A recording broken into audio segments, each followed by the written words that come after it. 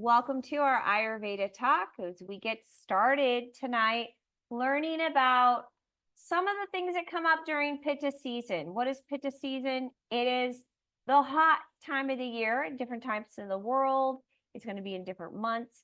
But here in the Western Hemisphere, we are experiencing Pitta season in the summer months between June and September. It is extremely hot right now where we live. In fact, unusually hot. And so there's a lot of people dealing with Pitta symptoms. And I'm really trying to make sure I'm covering these things while we are in the midst of this hot weather, because these are the things that are actually coming up right now. People are experiencing these things. So our talk tonight is on rashes and hives. Rashes and hives are typically going to show up when you have an excess of heat. Now, when I say excessive heat, I mean it is literally excessive in your tissues. It will also lead to excessive thinking, like heated thinking, and heated emotions like anger, irritation, frustration, impatience. You just get agitated, just can't handle. You're like under pressure, literally under pressure. So we're going to talk about rashes tonight and hives. I have quite a few clients that are dealing with that. And I was going to actually talk tonight about some of the go-to foods while you're trying to cool your body down.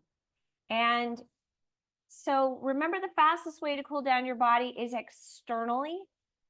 So that means, you get those cool towels, you put something cool on your head, you externally, you take a cold shower, you do a cold plunge, you go into a cold lake, something like that. You do it externally, it's going to cool down your body fast.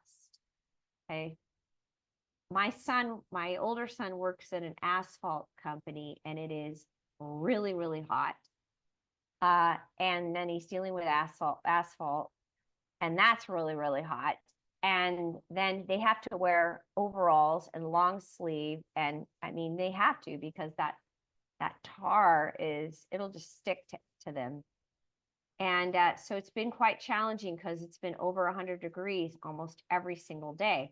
And so I'm just going to give you the advice to you guys, what I'm giving to him. Externally cool yourself down. That is what you want to do. Stay away from iced water. You are not helping yourself. I know it seems like it. Now, cool water is fine to drink, but you want to stay away from ice. You're actually causing an imbalance in your digestive system. So as much as possible, stay away from that. And what you will want to drink is maybe cooled, like tea that you've steeped before and then you've cooled it down, like coriander. You steep coriander, cool it down after you've steeped it, and then you can drink that all day, and that will help cool down the body. Another go-to herb and also food that you can eat that instantly cools the tissues down is cilantro. In fact, cilantro is the other version of coriander. So coriander is cilantro that has gone to seed. It's the same plant. So coriander and cilantro are the fastest ways of cooling down tissue. It's what we recommend for people who've got infections, heat issues, all that kind of stuff that's going on. So let's talk a little bit about skin rashes and hives. It is an excess pitta heat condition, too much heat in the body, literally. So your approach in Ayurveda is always you apply opposites. So you start cooling down the tissues, and you want to do that internally and externally. Externally is fastest. For immediate relief, though, you want to, and by the way, this applies to rashes that you can get from an insect bite or hives and allergies. So rashes that come from those, this all applies. It's still heat. All right, so cilantro juice is a way of immediately affecting that heat symptom. So get yourself fresh cilantro. You put it into your blender. I have a Vitamix. I put it in there. I add water. I blend it. And then I drink that. And you drink it. And I've had people drink it so much, they've actually cooled down their body too much.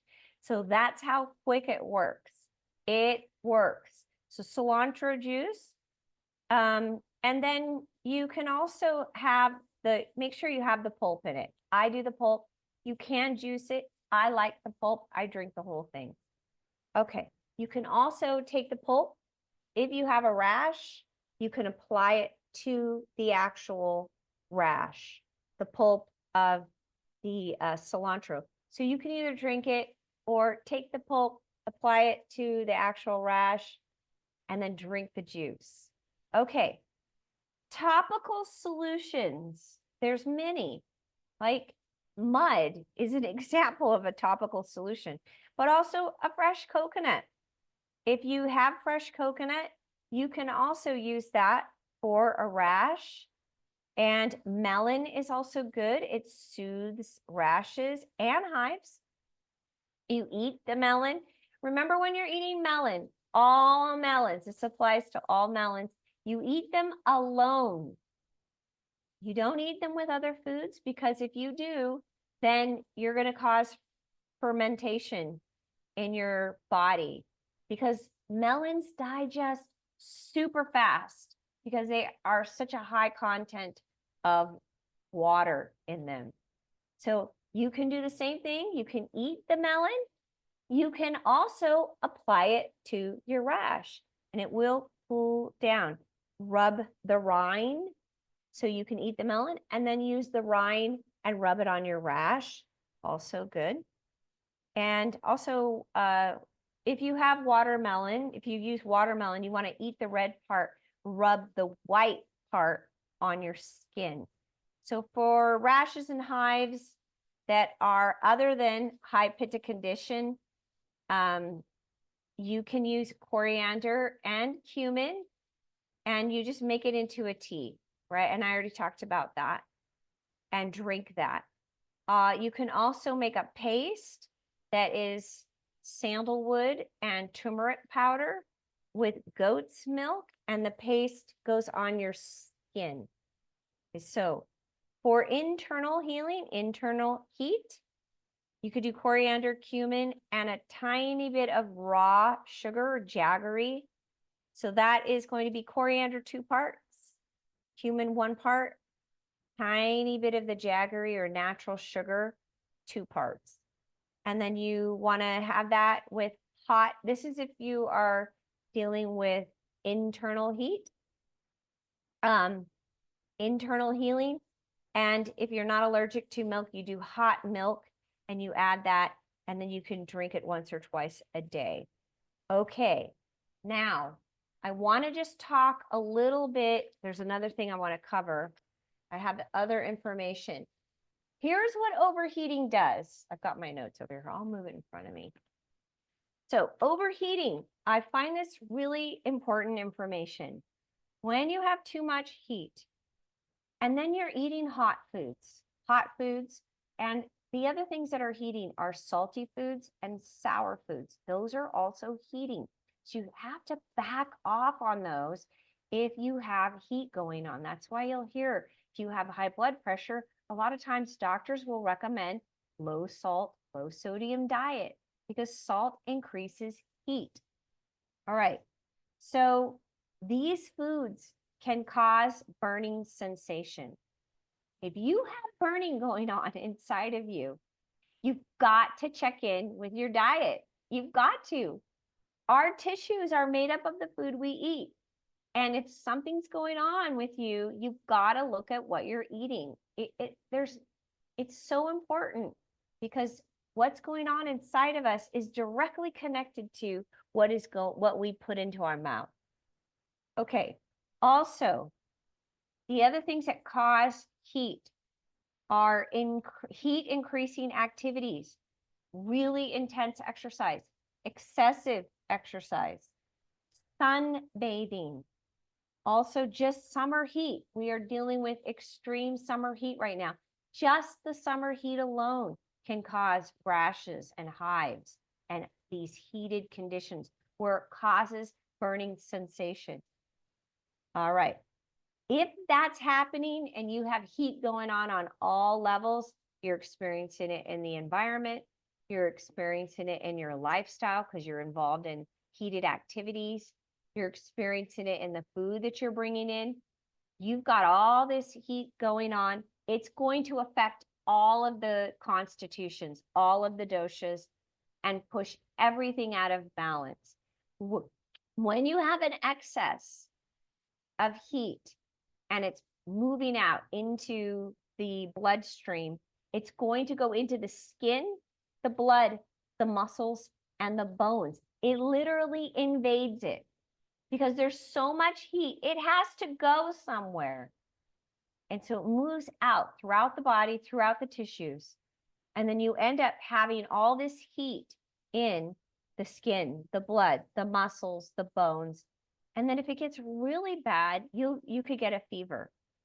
Fever in Ayurveda is telling you that you have toxins. Remember, you starve a fever. So you don't eat, you do a water fast. Okay. The fever can develop, and then you could end up having blisters and things like other conditions can start showing up. And then symptoms of the blood and pitta will appear. So you'll start to see it affecting. My dad died from a pitta condition. He had a disease in the red blood cells. It was high pitta. His whole diet, his whole lifestyle was heat. Heat all the way. And it ended up killing him. So these things compile and end up affecting us in the long term. You got to think about that. I meet people all the time. They're just like, it's too much. I don't want to know. I don't want to know. Yeah, you do. You do want to know, because when you're sitting in the hospital and then your options are pretty severe stuff that they're telling you have to do, trust me, this is way easier to deal with than some of the treatments that are out there. So let's get it together and bring our constitutions back into balance. Help our body cool down. Take cool walks at night.